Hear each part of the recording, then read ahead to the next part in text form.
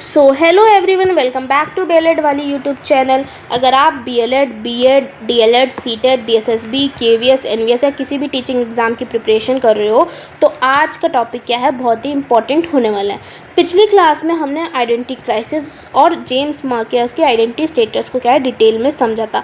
हमने देखा था कि जब तक एक एडोलसेंट अपनी आइडेंटिटी को क्या है एक्सप्लोर करता है और उसके क्या है बाद में कमिटमेंट लेता है, तब उसकी क्या आइडेंटिटी ग्रेजुअली डेवलप होती है। लेकिन अगर किसी व्यक्ति को अपनी आइडेंटिटी क्या है डेवलप करने में सफलता क्या है नहीं मिलती, तो उस सिचुएशन में क्या है एरिक एरिक्सन ने रोल कन्फ्यूजन कहा है। और आज हम इसी रोल कन्फ्यूजन को डिटेल में क्या है समझने वाले हैं। बिना किसी देरी के शुरू करते हैं। पेन और नोटबुक ले लीजिए और मेरे साथ वीडियो के एंड तक जुड़े रहिएगा। सबसे पहले समझते हैं कि रोल कन्फ्यूजन क्या होता है। रोल कन्फ्यूजन का जो कॉन्सेप्ट है वो दिया था एरिक एरिक्सन ने। ये उनकी साइकोसोशल थ्योरी का क्या है 5th स्टेज है, यानी आइडेंटिटी वर्सेस रोल कन्फ्यूजन से क्या है रिलेटेड। ये स्टेज जनरली 12 से लेकर 18 साल यानी एडोलेसेंस में क्या है आती है। इस स्टेज में क्या होता है बच्चों कि हर एडोलसेंट अपने बारे में सोचना क्या है शुरू करता है। उसके माइंड में क्या है बहुत सारे क्वेश्चंस आते हैं, जैसे कि मैं कौन हूँ, मैं किस तरह का इंसान बनना चाहता हूँ, मेरे वैल्यूज़ और बिलीव्स क्या है, फ्यूचर में मुझे क्या बनना चाहिए। ये एज क्या है आइडेंटिटी बनने की क्या है होती है। अगर एडोलसेंट इन क्वेश्चंस के क्या है आंसर ढूंढ लेता है तो उसकी क्या आइडेंटिटी क्या है स्ट्रांग बन जाती है। लेकिन अगर वो इन सब चीज़ों का क्या है आंसर नहीं ढूंढ पाता तो आइडेंटिटी क्या है डेवलप नहीं हो पाती। तब क्या आता है रोल कन्फ्यूजन आता है। इसलिए एरिक्सन कहते हैं कि एडोलसेंट पर्सनैलिटी डेवलपमेंट का सबसे इम्पोर्टेंट फेज क्या है होता है। एरिक्सन ने क्या इम्पोर्टेंट सबसे बात कही कि जो एडोलसेंस है वो क्या है मोस्ट इम्पॉर्टेंट स्टेज है, क्योंकि इसमें क्या है आइडेंटिटी सबसे ज़्यादा क्या है डेवलप होती है। अब देखते हैं कि इसकी डेफिनेशन को हम समझते हैं। रोल कन्फ्यूजन क्या है, एक साइकोलॉजिकल स्टेट है जहां पर्सन अपनी आइडेंटिटी, गोल, वैल्यूज़, करियर और सोसाइटी में अपने रोल को लेकर क्या है अनसर्टेन होता है। उसके माइंड में क्या है कन्फ्यूजन रहती है। वो बार बार क्या सोचता है कि मैं कौन हूँ, लाइफ में मुझे क्या करना चाहिए, मेरे वैल्यूज़ क्या है, मैं सोसाइटी में किस रोल में क्या है फिट होता है। ये अनसर्टेनिटी क्या ही कहलाती है। जो सारी चीज़ें जो कन्फ्यूजन है वो क्या कहलाती है, रोल कन्फ्यूजन कहलाती है। आई होप आपको इसका मीनिंग बहुत अच्छे तरह से समझ आया होगा। अब हम देखते हैं इसके करेक्टरिस्टिक्स। तो जो फर्स्ट करेक्टरिस्टिक है बच्चों वो है लैक ऑफ सेल्फ आइडेंटिटी। मतलब पर्सन को खुद की आइडेंटिटी क्या है क्लियर नहीं होती, उसे नहीं पता होता कि वो किस टाइप का पर्सन है। सेकेंड करेक्टरिस्टिक है वो है confusion about career choices. Career को लेकर क्या है बार बार क्या है कन्फ्यूजन होते हैं एडोलसेंट में। मतलब जैसे आज डॉक्टर बनना है उस एडोलसेंट को, कल टीचर बनना है, परसों क्या है इंजीनियर बनना है। तो हर कुछ दिन क्या है गोल चेंज होते रहते हैं, तो क्या है उसको कन्फ्यूजन होती है किसमें, करियर ऑप्शंस में। नेक्स्ट करेक्टरिस्टिक क्या है रोल कन्फ्यूजन का, वो है डिफ़िकल्टी मेकिंग डिसीजंस या डिफ़िकल्टी इन मेकिंग डिसीजन। मतलब पर्सन क्या है छोटे और बड़े दोनों डिसीजन लेने में क्या है हेजिटेट करता है। उसे हमेशा दूसरों की क्या है एडवाइस लेनी पड़ती है, तो क्या उसको डिफ़िकल्टी होती है किसमें, डिसीजन मेकिंग करने में। नेक्स्ट है लो सेल्फ कॉन्फिडेंस। इसका मतलब है कि अपनी एबिलिटीज़ पे क्या है एडोलसेंट को क्या है भरोसा नहीं है। हर डिसीजन के बाद उसको क्या है डाउट होता है, इसे क्या है सेल्फ कॉन्फिडेंस उसका लो होता है। नेक्स्ट जो करेक्टरिस्टिक है वो है फीलिंग इनसिक्योर और एंशियस। मतलब फ्यूचर को लेकर टेंशन और एंजाइटी क्या है बनी रहती है। नेक्स्ट है करेक्टरिस्टिक जो है वो है फ्रीक्वेंटली चेंजिंग इंटरेस्ट एंड गोल। मतलब कि इंटरेस्ट और गोल्स क्या है बार बार चेंज होते रहते हैं, किसी एक चीज़ पर क्या है फोकस नहीं बन पाता एडोलसेंट का। नेक्स्ट जो करेक्टरिस्टिक है वो है स्ट्रॉन्ग इन्फ्लुएंस ऑफ पीयर। मतलब फ्रेंड्स जो करते हैं वही करने की कोशिश क्या है एडोलसेंट करता है, वो खुद का डिसीजन क्या है उसका कम होता है। फिर नेक्स्ट जो करेक्टरिस्टिक है वो है lack of commitment to future plans. मतलब फ्यूचर के किसी भी प्लान के प्रति क्या है लॉन्ग टर्म कमिटमेंट क्या है एडोलसेंट नहीं करता है। जो लास्ट करेक्टरिस्टिक है वो है फीलिंग आइसोलेटेड और मिसअंडरस्टूड।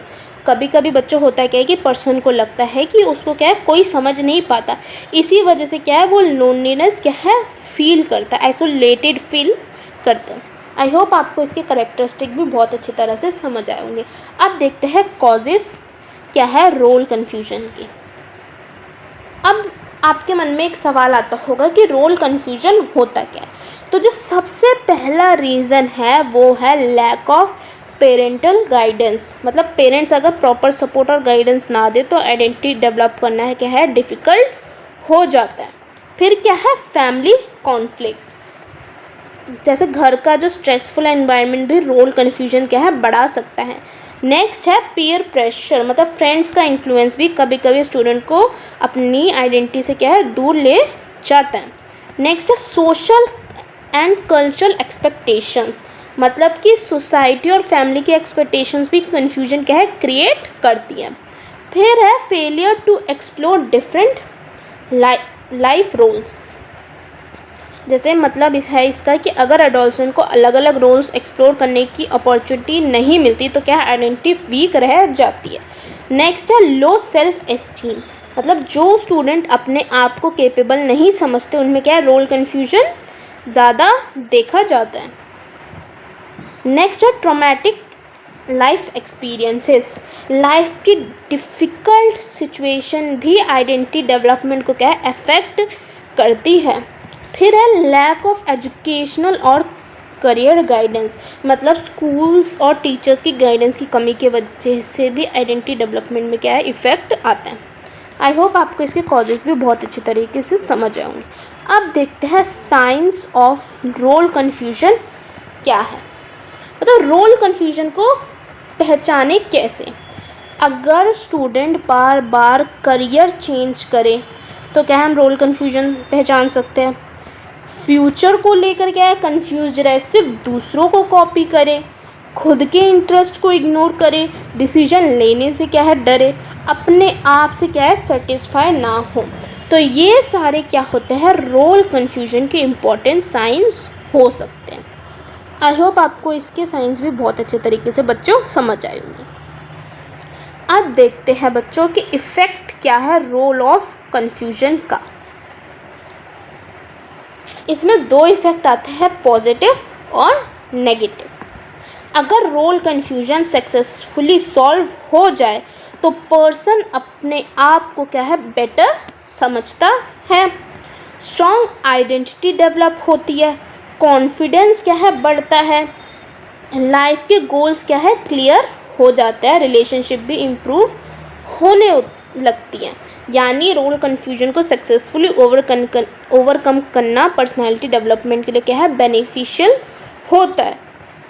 लेकिन अगर ये प्रॉब्लम सॉल्व ना हो तो क्या है आइडेंटिटी क्राइसिस क्या है और भी बढ़ सकता है, स्ट्रेस और एंजाइटी क्या है डेवलप हो सकती है, एकेडमिक परफॉर्मेंस क्या है इफ़ेक्ट हो सकती है, सेल्फ एस्टीम क्या हो सकता है कम हो जाती है, कुछ सिचुएशन में डिप्रेशन भी क्या है डेवलप हो सकता है। यहाँ पे मैं सभी सिचुएशन नहीं कह रही, यहाँ पे मैं कह रही हूँ कुछ सिचुएशन में क्या है डिप्रेशन भी आ सकती है। फिर क्या है सोसाइटी में क्या है एडजस्टमेंट भी क्या है डिफ़िकल्ट हो जाती है और डिसीजन मेकिंग भी क्या है वीक हो जाती है। तो ये होते हैं इफ़ेक्ट क्या है रोल कन्फ्यूजन के। पॉजिटिव इफ़ेक्ट भी आपने देखा, नेगेटिव इफ़ेक्ट भी आपने देखा। आई होप आपको इसके दोनों इफ़ेक्ट अच्छे से समझ आएंगे। अब देखते हैं एजुकेशनल सिग्निफिकेंस क्या है रोल कन्फ्यूजन के। अब सबसे important exam point, teacher role confusion को कैसे क्या है रिड्यूस कर सकते हैं। टीचर को चाहिए कि स्टूडेंट क्या है प्रॉपर करियर गाइडेंस दे, मतलब टीचर स्टूडेंट्स को क्या है प्रॉपर करियर गाइडेंस क्या है टीचर को देना चाहिए। उन्हें क्या करना चाहिए सेल्फ एक्सप्लोरेशन का मौका देना चाहिए, स्टूडेंट्स को सेल्फ एक्सप्लोर करने की क्या है मौका देना चाहिए टीचर्स को। फिर टीचर को करना चाहिए कि हर स्टूडेंट्स को क्या है इक्वल अपॉर्चुनिटी दे। उसकी एक टीचर को क्या है कास्ट नहीं देखनी चाहिए स्टूडेंट की, वो किस बैकग्राउंड से आता है वो बिल्कुल भी नहीं देखना चाहिए।